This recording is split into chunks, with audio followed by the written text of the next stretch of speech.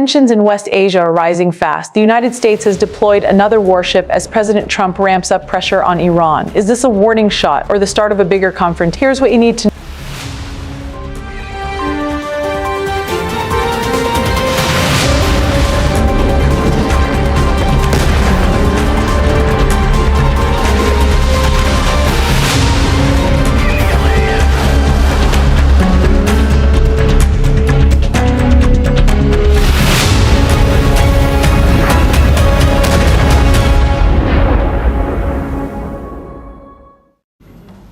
Our next story is from Iran. The protests have subsided, but the threat from America has not. Will the US attack Iran? That question refuses to go away because Washington is sending mixed signals. Trump has moved what he calls his armada near Iran. It's a signal from Pentagon, that's the US Defense Ministry. This kind of military movement shows preparation for a possible attack. But on the other hand, Trump is suggesting that he wants to talk to Iran, that he does not want to use his military in West Asia. So what does the US president really want? Is this a countdown to another war, or is this just muscle flexing? And here's what we know. Earlier this week, Donald Trump made a statement. He said the US has a massive armada heading towards Iran. That's his way of saying that powerful warships are in the region and they're ready to strike Iran. Now look at what this armada includes. 1 aircraft carrier, fighter jets, destroyers, and combat ships. And that's not it. Reports say that the US has sent another warship to the region. It is called the USS Delbert Black.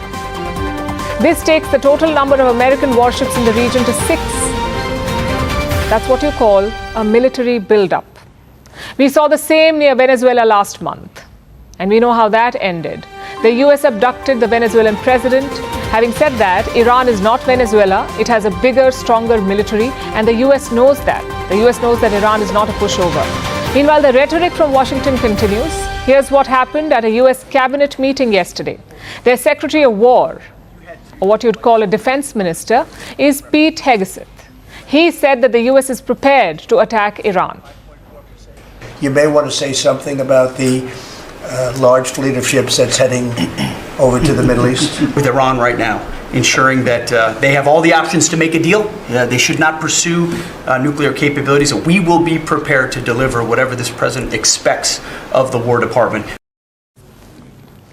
Officials say that Trump has not made a decision. He's still reviewing his options, but he has also been wanting to talk to Iran. Listen to this. On Iran, Mr. President, have you had any conversations with Iran in the last few days, and are you planning on any?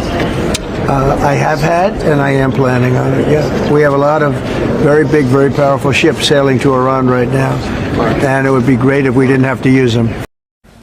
So that is Trump's position. He wants to stop Iran from developing nuclear weapons, and he wants Tehran to come back to the talking table.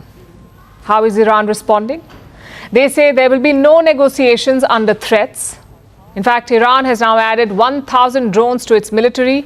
These are drones built after last year's 12-day war, the war that was fought between Iran and Israel. It's also the war where the US attacked Iranian nuclear sites in June last year. Tehran now says it is ready to respond immediately to any attack.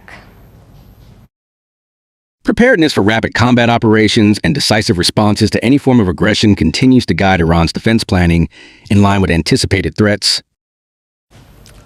At the same time, Tehran is also looking for de-escalation. They do not want a war. Iran's foreign minister is in Turkey for talks today. Turkey is offering to mediate between the US and Iran because Ankara says a war in Iran would shake the entire region. So it believes that the resumption of Iran-US nuclear talks is vital.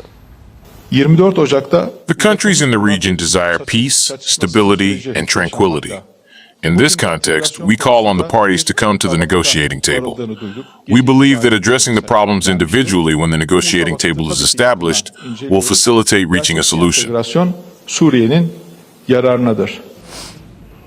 Tehran says any diplomacy hinges on threats ending, but it has refused to reduce its missile work. I should also state unequivocally that Iran's defensive and missile capabilities and Iran's missiles will never be the subject of any negotiations. I do not think any country is prepared to compromise with anyone over its own security and defense. The security of the Iranian people is no one else's business, and we will preserve and expand our defensive capabilities to whatever extent is necessary to defend the country. Now, in the middle of this, Europe has also stepped in.